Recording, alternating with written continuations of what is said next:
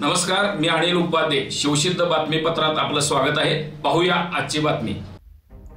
पेठवडगाव परिसरात हजारो खेळाडू उपलब्ध असूनही क्रीडा संकुलावाचून त्यांची मोठी गैरसोय होत असल्यानं शहरासह परिसरातील 30 ग्रामपंचायती, खेळाडू आणि सामाजिक कार्यकर्त्यांनी क्रीडा संकुल पेठवडगाव शहरातच व्हावे यासाठी वज्रमूठ बांधली असून तसा ठरावही ग्रामपंचायतीनं सादर केला आहे.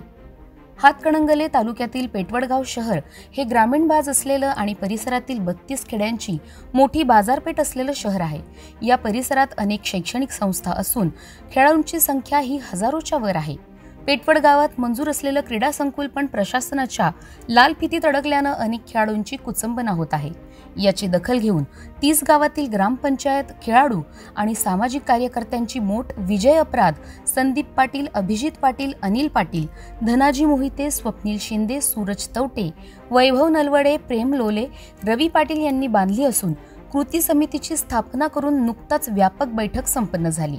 यावेळी पेठवडगाव संभापूर रोडवर असणाऱ्या प्रशस्त शासकीय जागेवर क्रीडा संकुलासाठी मंजुरी देऊन तात्काळ कामास सुरुवात करावी अशी मागणी संदीप पाटील, विजय अपराध, संताजी भोसले, भिकाजी माने, अशोक माळी वडगाव शहरात क्रीडा संकुलाची जोरदार मागणी केली. हातकणंगले तालुक्याच्या पश्चिम भागातील गावांसाठी शासकीय क्रीडा संकुल वडगावमध्ये तात्काळ मंजूर करावं, अन्यथा तीव्र आंदोलन छेडण्यात येईल असा इशारा क्रीडा संकुल कृती समितीच्या वतीनं आयोजित बैठकीत देण्यात आला. वडगाव परिसरातील सुमारे 30 गावांनी या क्रीडा संकुलाच्या मागणीसाठी ग्रामपंचायत ठराव केले आहेत. या ठरावांच्या प्रतिकृती समितीच्या आयोजकांकडे देण्यात आला. यावेळी नागाव सरपंच विमल शिंदे, गुरु यादव, अभिजित गायकवाड, सुभाष जाधव, उदय शिंदे, विमल शिंदे, रोहित माळी, जगन्नाथ माने, परिसरातील ग्रामपंचायतीतील सरपंच, उपसरपंच उपस्थित होते. छत्रपती शिवाजी महाराज यशवंत, कीर्तिवंत, मूर्तिवंत, जातिवंत, गुणवंत असं इतिहासाने त्यांचं वर्णन केलं छत्रपती शिवाजी. आणि तुम्ही आम्ही सगळेच सह्याद्रीने खडे पसरले छत्रपतींच्या पायी, हिरे माणके तेच आम्हाला, दुसरी दौलत नाही असं छत्रपतीच्या पायाखालची पायदोळ जी आपण दौलत मानतो अशा ह्या महाराष्ट्रातले आपण सर्वजण लोक. आणि तुम्ही सर्वच प्रत्येक गावातून आलेले तुम्ही सर्व मान्यवर, खरं तर तुम्ही सर्व मान्यवर म्हणजे त्या गावचं नाक आहे. कारण पूर्ण गावानं गाव करेल तर राव काय करेल अशी एक म्हण होती. पण लक्षात घ्या, त्या गावानं तुम्हाला राव केले, त्यामुळे तुम्ही आम्हाला जर पाठिंबा दिला तर हा लढा काय फारसा लांबचा नाही. ना तीर निकालो ना तलवार निकालो, अगर तो कमील ना हो तो अखबार निकालो असं म्हणून जेव्हाचं रान करणारे माझे सर्व पत्रकार मित्र, त्याचबरोबर व्यासपीठावरील सर्वच मान्यवर आणि या ठिकाणी माझे जीवसचे कंटेस्टचे मित्र असणारे सन्मान्य संदीप बाबा असतील, सन्मान्य विजयराव अपराध असतील. मी त्यांना एकच सांगेन विजयरावांच्याबद्दल की त्यांनी एखादा विषय हातात घेतला की तो पूर्ण केल्याशिवाय मागं बघत. मी पहिल्यांदा बघितलं की मराठा आंदोलनाच्या माध्यमातून त्यांनी वडगावच्या पंचक्रोशीतला जो लढा उभा केला होता तो लढाई असा खूप गाजला, जेणेकरून रोजच्या रोज अगदी त्या वरच्या प्रशासनालाही त्याची दखल घेणं भाग पडलं. एवढ्या पद्धतीने विजयरावांनी ती ताकदीने तो राबवला आणि हा विषय त्याने हातात घेतलाय म्हणजे 100% या लढ्याला यश येणारच, ही काया दगडावरची भगवी रेषा आहे. त्याबद्दल मी भोसले सरांनी सांगितलं, आणखी थोडं या ठिकाणी भर घालू इच्छितो. आपल्या वडगाव शहरामध्ये आणि वडगाव शहराच्या आसपास जी काही गावं आहेत या गावातून क्रीडा क्षेत्रामध्ये चमकदार कामगिरी करणाऱ्या खेळाडूंची संख्या जास्त आहे. आता जर बघितलं तर आमचे मित्र माने सर इचलकरंजीमध्ये काम करतात आणि इचलकरंजीमध्ये सर्व सोयीसुविधा आहेत, म्हणजे स्टेडियम आहे, मोठमोठी ग्राउंड आहेत, चांगले कोच उपलब्ध आहेत. आपल्या भागामध्ये काय झालंय, कोच चांगले उपलब्ध आहेत परंतु आपल्याला क्रीडा संकुल नाही किंवा क्रीडांगण नाही. आणि हातकणंगले तालुक्याच्या आपल्या तालुकास्तरीय स्पर्धांच्या मध्ये 5 खेळांचा समावेश आहे आणि बाकीचे जवळपास 70 खेळ आपल्या क्रीडा क्षेत्रामध्ये खेळले जातात शासकीय. आणि या शासकीय खेळांच्या मध्ये 5 खेळ तालुका स्तरावर घेतले जातात, बाकीचे उर्वरित खेळ जिल्हा स्तरापासून चालू होतात. तर या 5 खेळामध्ये तालुका स्तरावरचे 5 जे खेळ आहेत त्याच्यामध्ये कबड्डी, खो खो, व्हॉलीबॉल, त्यानंतर कुस्ती आणि मैदानी असे जे 5 खेळ आहेत. या 5 खेळांच्या बाबतीत आपल्या हातकणंगले तालुक्याची अवस्था सांगायची झाली तर हातकणंगले तालुक्याच्या कबड्डीच्या स्पर्धा झाल्या किनी हायस्कूलच्या ग्राउंडवर. हातकणंगले तालुका क्रीडा संकुलाच्या मिटिंगसाठी सर्वपक्षीय मिटिंगसाठी या 30 गावच्या पंचक्रोशीतून आलेले लोकनियुक्त सरपंच, डेप्युटी सरपंच, त्यांचे सर्व सदस्य आणि आमच्या वडगावमधील सर्व प्रतिष्ठित नागरिक, सर्वपक्षीय व्यासपीठ सन्माननीय तसेच सर्व क्रीडाप्रेमी आता बऱ्याच वक्तांनी सांगितलं की वडगावमध्ये क्रीडा संकुल का व्हायला पाहिजे, काळाची का गरज आहे. आता तेच मी आपल्याला सांगणार नाही, पण माझा अनुभव मीच आपल्याला सांगतो. 1992 साली बाहुलीच्या शाळेमध्ये मी शाळेत होतो 5वीला, आणि 5वीला असताना तिथं त्यावेळी मी आर्मी भरती झालो, आर्मी बॉईज MLRC बेळगाव इथं.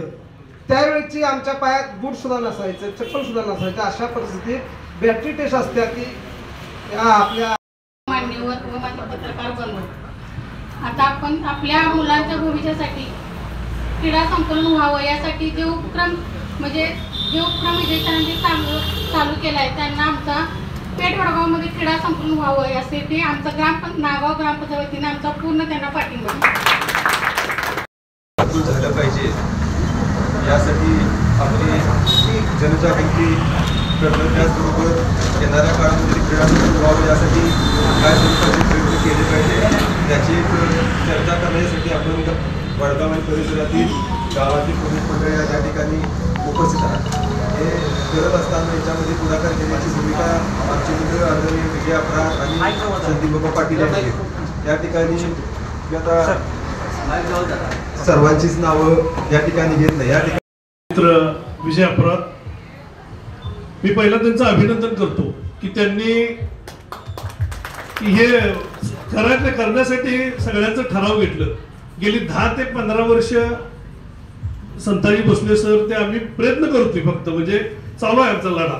पण आम्ही गेली 30 वर्ष झालं आम्ही या क्रीडा क्षेत्रातली माणसं आहोत. हे आत्ता फक्त आता आमचं 2 वर्ष झालं आमचं मी ह्या तालुक्यामध्येच काम करतो.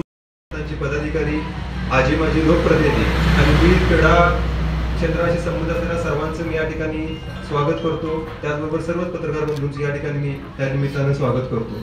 आता वडगावमध्ये क्रीडा संकुल झालं पाहिजे ही खरं तर खूप दिवसापासूनची मागणी आहे. आताच आदरणीय संता सरांनी सांगितलं, आदरणीय माळीसाहेबांनी सांगितलं.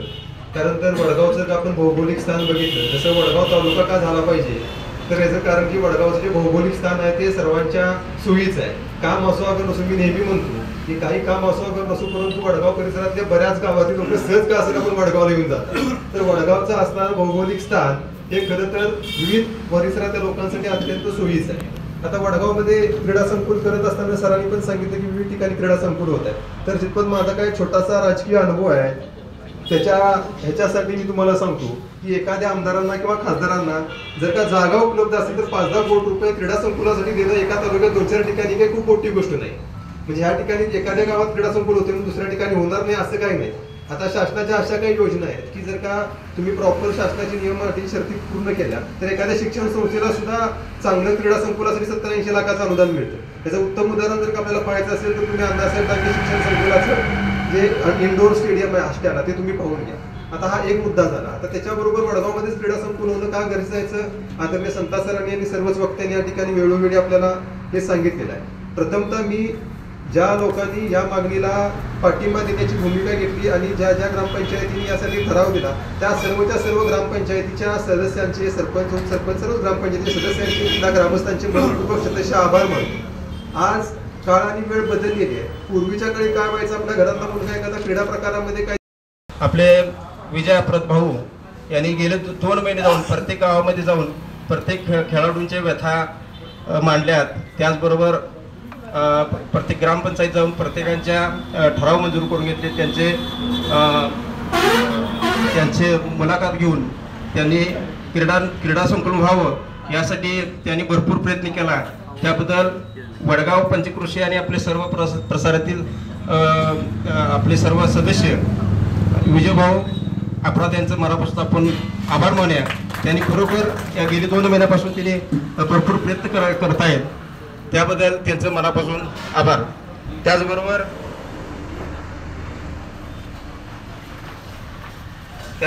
आपल्या या संकुलनाला म्हणजे हातकणंगले तालुक्याचं क्रीडा संकुल पेठ वडगाव शहरामध्ये व्हावं यासाठी वडगाव परिसर, वडगाव सर्व गावामधले लोकप्रतिनिधी आपण या ठिकाणी उपस्थित आहात आणि आपण या क्रीडा संकुलाच्या मागणीला आमचे मित्र विजय अपराध यांच्या विनंतीवरून या गावच्या ग्रामपंचायतीचा ठराव देऊन पाठिंबा दर्शवलेला आहे. आणि या ठिकाणी हे क्रीडा संकुल वडगावमध्ये होणं का गरजेचं आहे याबद्दल मी थोडक्यात आपल्याला भूमिका माझी स्पष्ट करतो. मला वाटतं जवळजवळ गेली 30 वर्ष हे क्रीडा संकुल व्हावं यासाठी शासनाचा निर्णय आल्यापासून हातकणंगल्याचं क्रीडा संकुल या जागेवरून त्या जागेवर, त्या जागेवरून या जागेवर असं फुटबॉलसारखं त्याला किक मारल्या जात आहेत. सर्वात प्रथम त्याला हातकणंगल्यामध्ये मान्यता मिळाली जयवंतराव वाडेंच्या कारकिर्दीमध्ये. इथं मान्यता मिळाली असताना इचलकरंजीचे आमदार, आता इथं कोणी नावं घेत बसत नाही, नाव घेतली पुन्हा त्याला वेगळं वळण लागते, त्यांनी ते तिथलं कॅन्सल करून उपरीला नेलं. त्यानंतर पुन्हा आवळी साहेबांची कारकिर्दी संपली, दुसरे आमदार आले, त्यांनी मरण मंजुरी आणली.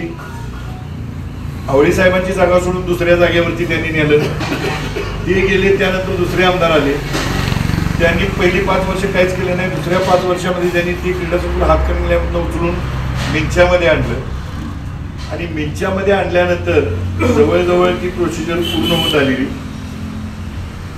त्या आमदारांचा कालावधी पण संपला आणि आता सध्या जे विद्यमान आमदार आहेत त्यांनी मिंच्याच्याच क्रीडा संकुलाला मान्यता दिलेली. पण आम्ही क्रीडा क्षेत्रामध्ये काम करणारी लोक या गोष्टीशी आमचा जास्त संबंध येतो. मी असेल, इचलकरंजीला गोविंदराव हायस्कूलमध्ये असणारे भिकाजी माने सर असतील किंवा किनीचे डेप्युटी सरपंच अशोक माळी सर असतील आणि तुम्ही लोक सुद्धा या गोष्टीवरती, घडामोडीवरती लक्ष ठेवून असता. त्या ठिकाणी वडगावमध्ये क्रीडा संकुल व्हावं ही गोष्ट का महत्वपूर्ण आहे हेच फक्त मी तुम्हाला सांगणार आहे. त्यासाठी तुम्ही जो पाठिंबा दिलेला आहे त्याबद्दल सर्वप्रथम मी आपल्या सर्वांचं या ठिकाणी अभिनंदन आणि आभार व्यक्त करतो. आता आम्ही सर्व शिवसेनेचे पदाधिकारी, शिवसेना उद्धव बाळासाहेब ठाकरे, तर सर्व आमची अशी मागणी आहे की वडगावमध्ये स्टँडच्या परिसरी यादवसाहेबांच्या पुतळ्यासमोर त्यांना स्मारक स्मृतिजोगी विजयसिंह यादव चौक आहे, त्या चौकामध्ये म्हणजे साधारणपणे आता तिथं प्रवासी होतो, KMT बस आहे, कुंभोजची वडापाव असेल, हातकणंगले, सावर्डे, शिवाय स्टँडमध्ये येणारी लोक प्रवासी त्याचबरोबर सकाळी 6:30 पासून वाहतुकीची वर्दळ सुरू होते. तिकडे गोविंदराव यादव कॉलेज आहे, शिवाय संजय घोडावत कॉलेज असतील, पॉलिटेक्निक कॉलेज असतील, हे सगळ्या स्कूल बसेस वगैरे बऱ्यापैकी थांबण्याचं ठिकाण आणि तिथून प्रवासी घ्यायचं प्रमाण जास्त आहे.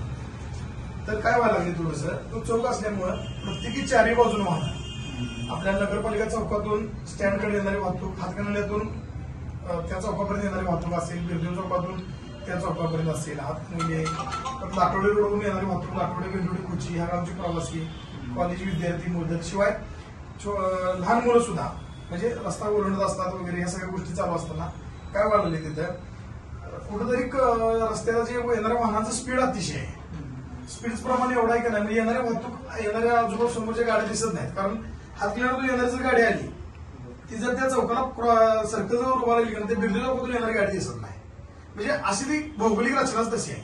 तर आपण ते वाहतुकीचं स्पीड कमी होण्यासाठी तिथं कुठेतरी का नाही गतिरोधक 4ही बाजूला बसवून वाहतुकीचं स्पीड कमी झालं तर कुठेतरी येणार जाणाऱ्या प्रवाशांचा नाही, त्यामुळे अपघाताचं प्रमाण कमी होईल. आणि आता दररोज छोटे मोठे डेली 2 ते 3 अपघात आहेतच.